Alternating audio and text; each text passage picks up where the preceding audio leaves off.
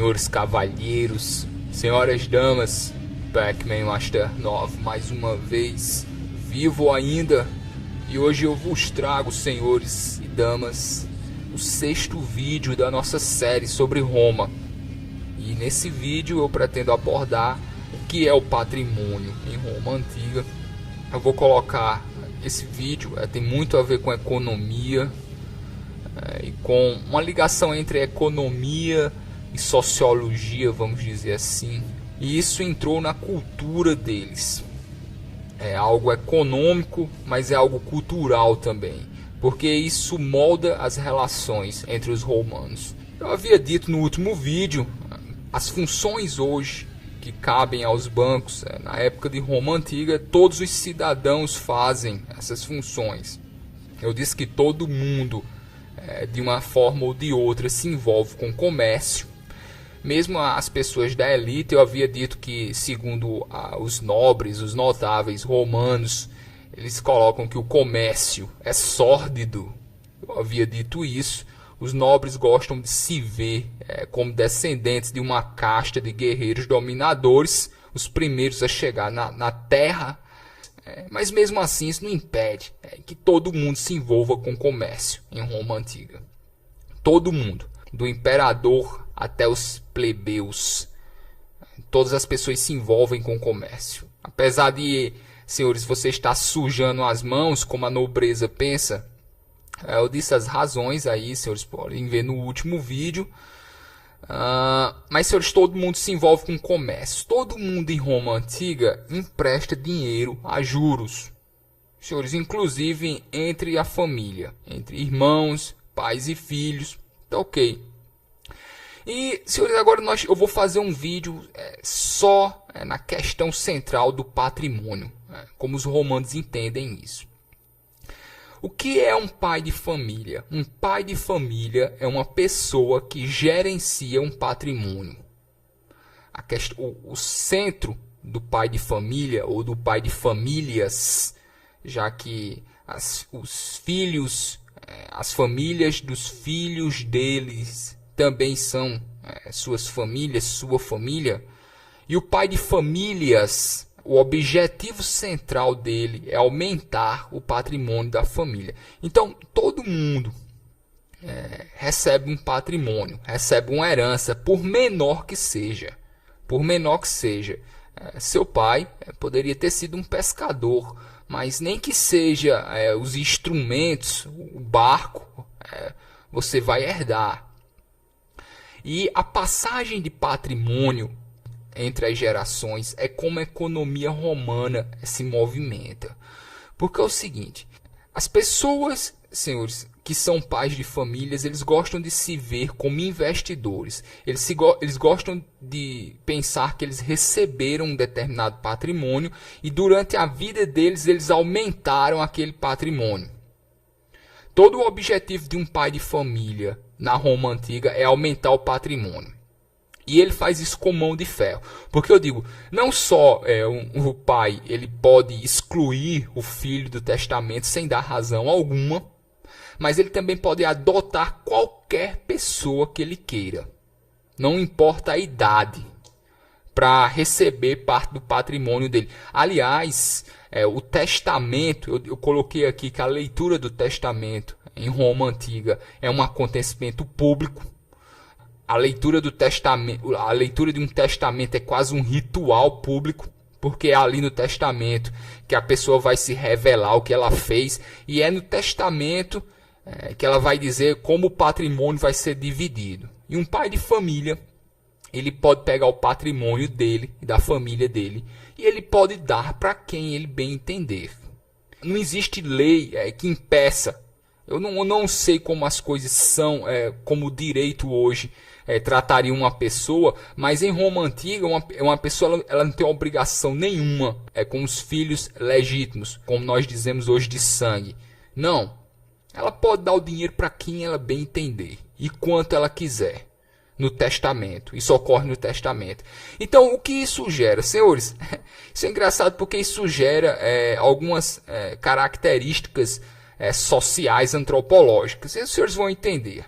O patrimônio, senhores, muitas vezes ele não é administrado diretamente pelo pai de família. Existe essa figura do escravo administrador. Eu já havia falado aqui que existe o escravo administrador. E o escravo administrador, ele é uma espécie diferente de escravo. Eu falei que ele nunca é liberto, porque o dono desse escravo, ele quer manter o direito de poder torturá-lo, caso seja necessário.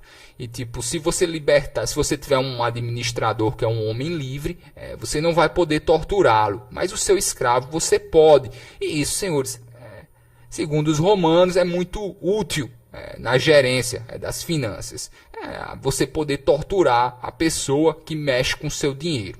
Outra coisa incrível, eu descobri há pouco tempo que existiam homens livres que se vendiam como escravos para poderem fazer essa carreira de escravos administradores. Então você tinha que ser escravo para ser um administrador. Ok. Então aquela pessoa, além de dever lealdade a vida inteira para aquele senhor, para aquele patrono, ela se vende como escravo porque o trabalho exige isso. O trabalho de administrador, ele exige esse nível de lealdade. Um nível de lealdade de um escravo. E pessoas nascem livres e às vezes para fazer carreiras como administradores, eles se vendem como escravos. Assim, um nível absurdo de lealdade, né? Eu disse, você tem seus clientes, você tem as pessoas que você confia e obviamente a pessoa que tem que ser mais leal entre todas elas, entre todos os seus clientes, entre todos os seus escravos, a pessoa que tem que ter mais lealdade com você é o seu administrador. Estou errado? Talvez até bem mais do que a sua esposa. Então essa figura do escravo administrador é interessante. E como é necessário, segundo os romanos, que eles permaneçam escravos. Não existem administradores, homens livres, mais uma vez, pela questão de você poder torturá-lo, caso venha a ser necessário. Um escravo administrador, ele mantém uma espécie de livro em que ele guarda os números. Esse livro que o escravo mantém, o administrador, mas esse livro que o administrador mantém, o patrono, ele pode passar anos sem ver esse livro. Então eu tenho o meu administrador, eu passo anos sem fazer nenhuma conta, mas ai dele, se no dia que eu for fazer as contas não tiver um lucro que me agrade.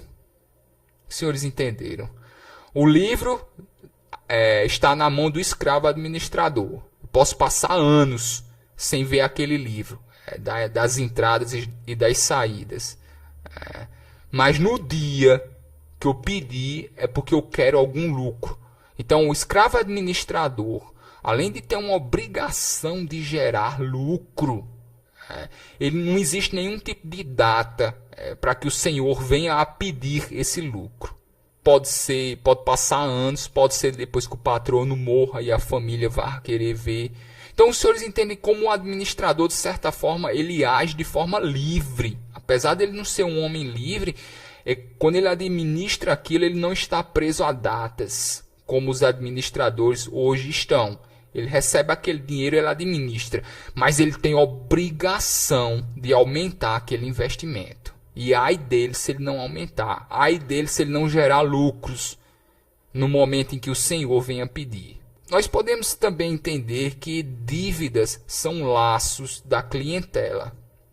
Então, meus clientes, muitas vezes eles não saldam as dívidas que eles têm comigo, porque seria quase um ato de desrespeito. Ok, dívidas são laços de lealdade entre romanos. Tá, ok, muitas vezes você saldar uma dívida totalmente, zerar, seria quase um ato de desrespeito, porque seria como se você estivesse pedindo para que o laço de lealdade fosse desfeito. Em Roma Antiga existe o que nós chamamos de leilão público. Aliás, nós sabemos atualmente que mesmo imperadores, eles leiloavam a mobília. Quando eles queriam mudar os móveis, eles leiloavam. Tá, ok? Então o leilão ele já é uma coisa comum em Roma, tá, ok? Mesmo entre imperadores. Como eu digo mais uma vez, senhores, todos mexem com comércio, mesmo que os nobres, os notáveis, acham que o comércio é sórdido, mas todo mundo mexe com o comércio. Todo mundo empresta dinheiro a juros na Roma Antiga, tá ok? Juros, senhores, também são cobrados dentro da família. Eu já falei isso aqui. Eu empresto dinheiro a irmãos, a pai, mãe, o que for. Se cobra juros, tá ok? Aliás, inclusive, se essa movimentação econômica envolver o dote da mulher. Coisa muito interessante, o que eu chamo de salários do adultério. Senhores, algumas mulheres cometem o adultério, elas cobram para isso. E o que nós ficamos a perguntar é se o marido sabe ou não. Porque o adultério, vamos dizer assim, em Roma Antiga, ele é pago. Ok. Vocês diriam que isso é prostituição pura e simples. Mas, mais uma vez, senhores, isso é um olhar moderno sobre uma civilização antiga. Nós não podemos empurrar as nossas visões éticas, morais, sobre povos que nos antecederam. Há centenas e centenas, às vezes milhares de anos. Ok. Então, existe o adultério e o adultério em Roma ele é pago. Agora, senhores, se o marido sabe ou não, entre os romanos não é púdico perguntar. Tá ok, mas o adultério ele é pago em Roma. Existe isso que nós chamamos de calendário. O calendário, do qual nós herdamos a palavra calendário, era na verdade o registro de senhores das finanças, porque você tinha um cofre doméstico e você tinha os dias, o que tinha entrado e o que tinha saído nesse cofre doméstico. E isso, senhores, é o calendário do qual nós herdamos a palavra calendário, ok? Existiu para marcar os pagamentos. Tá ok. Outra coisa, era no calendário que os senhores anotavam uma futura herança, vamos dizer, as pessoas que receberiam. Tinha um costume em Roma você dizer, eu vou anotar você no meu calendário, no sentido de que eu vou lhe dar um presente. Quando eu morrer, seu nome está lá no calendário, para que você receba alguma coisa de herança. E senhores, eu já falei aqui, no testamento, eu poderia, senhores, fazer testamentos gigantescos, extremamente detalhados, dizendo que uma cadeira foi para fulano, os meus livros foram para outro, senhores, uma quantia insignificante eu deixo para alguém. Então, senhores, não é só o testamento como nós entendemos hoje, da casa e tudo que tem na casa, tá ok? O testamento eu poderia dizer que, os senhores, um livro, o livro tal de tal eu deixo para fulano, que não sei, e aproveitaria no testamento para dizer o que aquela pessoa teria feito por mim e do que eu acho dela. Mais uma vez, e não é tão formal como nós vemos hoje. O testamento era mais uma carta pessoal deixada para os descendentes, e ali dizia quem recebia o que, de acordo com o que tinha me agradado durante a vida, como teria me agradado durante a vida, tá ok? E senhores, é costume em Roma você cortejar um velho rico. Isso é muito porque, como eu digo, no testamento eu posso colocar quem eu quiser, ok? E nos mais diferentes valores. Engraçado porque tem uma citação de Tácito que ele diz: um homem ou uma mulher lucram não tendo filhos. Tácito, ou senhores, Tácito. Mas eu vou dizer aqui popularmente, senhores, eu vou ficar Tácito, tá ok? Mesma coisa com Cícero, senhores. Vou ficar pronunciando Cícero, tá ok? E o Tácito disse: um homem ou uma mulher lucram não tendo filhos. Por quê? Não é porque gastando, não. É porque, senhores, se você não tivesse filhos, todo mundo ia lhe babar. Porque sabendo que você não tem filhos, você teria que deixar alguma coisa no testamento. O que não fosse para ninguém, senhores, ficaria para o fisco. O fisco, só adiantando, senhores, é a mão do imperador no dinheiro dos outros, tá ok? Algo que funciona até hoje. Senhores, então nós temos os caçadores de herança, E os caçadores de herança, como eu digo, como qualquer pessoa pode deixar o que for, senhores, para quem quiser. Então, os velhos, e principalmente os velhos que não têm filhos, eles são babados, senhores, ao extremo. Porque eu poderia receber qualquer coisa no testamento. Poderia ser um conjunto de pratos.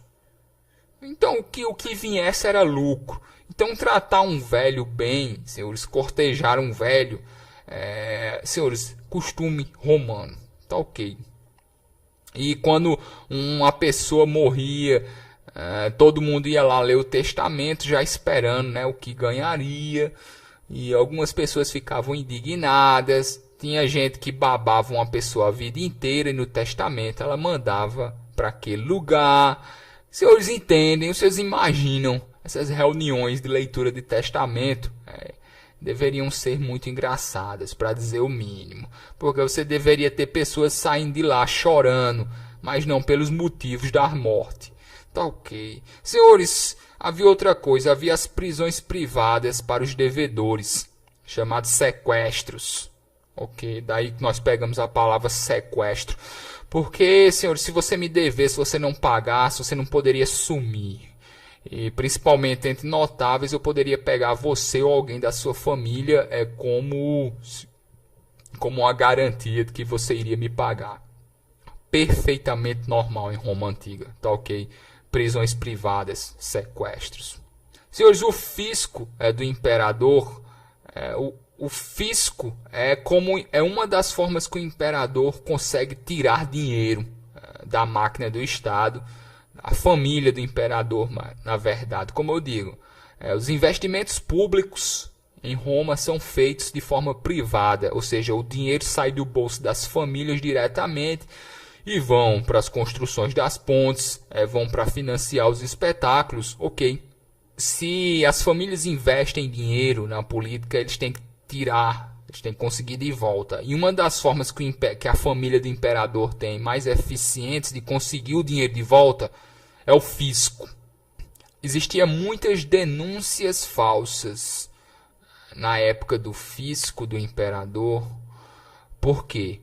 Porque vamos dizer que eu faço uma denúncia falsa contra um determinado patrimônio. O fisco ele dá um prêmio ao delator. Então o que é que o fisco faz? Eu faço uma denúncia falsa, o fisco vai lá, fica com tudo e ele pega uma parcela e ele dá para o delator. Então os senhores imaginem as quantidades enormes de denúncias falsas que eram feitas ao fisco. Se o fisco iria lá, pegaria o patrimônio e a pessoa receberia um prêmio ao delator. Mais uma vez, uma forma do imperador arrancar dinheiro das pessoas. O fisco ele serve para isso. Ele sempre serviu para isso.